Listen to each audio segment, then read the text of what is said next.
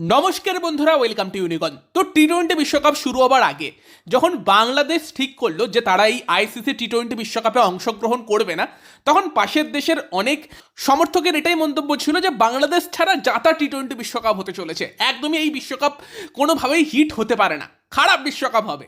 কিন্তু in reality বাংলাদেশকে বাদ দিয়ে এই বছরের যে টি-20 বিশ্বকাপটা হচ্ছে, এই টি-20 বিশ্বকাপটা কিন্তু ওয়ান অফ দ্য বেস্ট টি-20 বিশ্বকাপ অলরেডি হয়ে গিয়েছে। জাস্ট গ্রুপ স্টেজ চলছে এবং এতটা কম্পিটিটিভ গ্রুপ স্টেজ আমরা খুব কমই দেখেছি।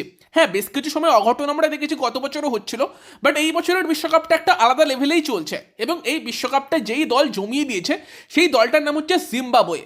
জিম্বাবুয়ে লিটারেলি তাদের গ্রুপে, যেই গ্রুপে শ্রীলঙ্কা ছিল, অস্ট্রেলিয়া ছিল, সেই গ্রুপের টপ টিম হিসেবে শেষ করেছে কোনো ম্যাচ না হেরে। এটা কতজন এক্সপেক্ট করেছিল? তারা অস্ট্রেলিয়াকে হারিয়েছে, শ্রীলঙ্কাকে হারিয়েছে, ওমানকে হারিয়েছে, আয়ারল্যান্ডের সঙ্গে ম্যাচটা বৃষ্টিতে ভেস্তে গিয়েছে, নয়তো যে ফর্মে খেলছে হয়তো 4টে ম্যাচে 4টে জয় তারাও তুলে ফেলতো। তো হ্যাঁ, আজকে জিম্বাবুয়ে হারিয়ে দিয়েছে শ্রীলঙ্কাকে, শ্রীলঙ্কার ঘরের মাঠে, এবং আবারও একটা জয় জিম্বাবুয়ের জন্য। এবং আইসিসির প্রিসিডিং সেটা যে খুব একটা ভালো হয়নি, বা বলতে পারো যে খুব বেশি কম্পিটিটিভ হয়েছে, কিছু একটা বলা যেতে পারে। তো আইসিসি ঠিক করে রেখেছিল একটা গ্রুপে ইন্ডিয়া থাকবে, ওয়েস্ট ইন্ডিজ থাকবে, সাউথ আফ্রিকা থাকবে, অস্ট্রেলিয়া থাকবে। এবার অস্ট্রেলিয়া উঠতে পারেনি, সেই জায়গাতে জিম্বাবুয়ে উঠেছে, তারা ডিজার্ভিংলি উঠেছে।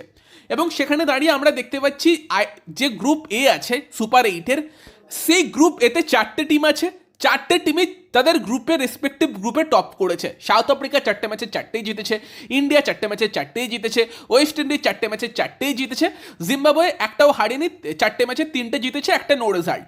এবং তারা একটা ম্যাচও হারেনি গ্রুপ স্টেজে। সেই 4টে টিম একই দিকে, উল্টো দিকে যারা 2 নম্বরে শেষ করেছে তারা একটা অন্য গ্রুপে। তো এই টুর্নামেন্টের ফর্ম ওয়াইজ দেখতে গেলে কম্পিটিশন খুব একটা ফেয়ার কিন্তু হলো না এখানে, মানে সব সেরা টিমগুলো একই গ্রুপে চলে এসেছে। ফলে সুপার 8টা আরও এক্সাইটিং হতে চলেছে, আরও সুন্দর হতে চলেছে। এবং জিম্বাবুয়ে সুপার 8-এ চমক দিয়ে দেয় কিনা ওয়েস্ট ইন্ডিজ, ইন্ডিয়া বা সাউথ আফ্রিকার মতো টিমকে হারিয়ে, সেই দিকেও আমাদের নজর রাখতে হবে। অলরেডি 2টো চমক দিয়ে দিয়েছে, আগের দিন অস্ট্রেলিয়াকে হারিয়েছিল, আজকে শ্রীলঙ্কাকে, শ্রীলঙ্কার ঘরের মাঠে কিন্তু হারিয়ে দিয়েছে। এবং জিম্বাবুয়ের কয়েকটা প্লেয়ার ভীষণই ইমপ্রেস করছে। ব্লেজিং মুজারবানি, তার দিকে আমরা অবশ্যই নজর রাখবো।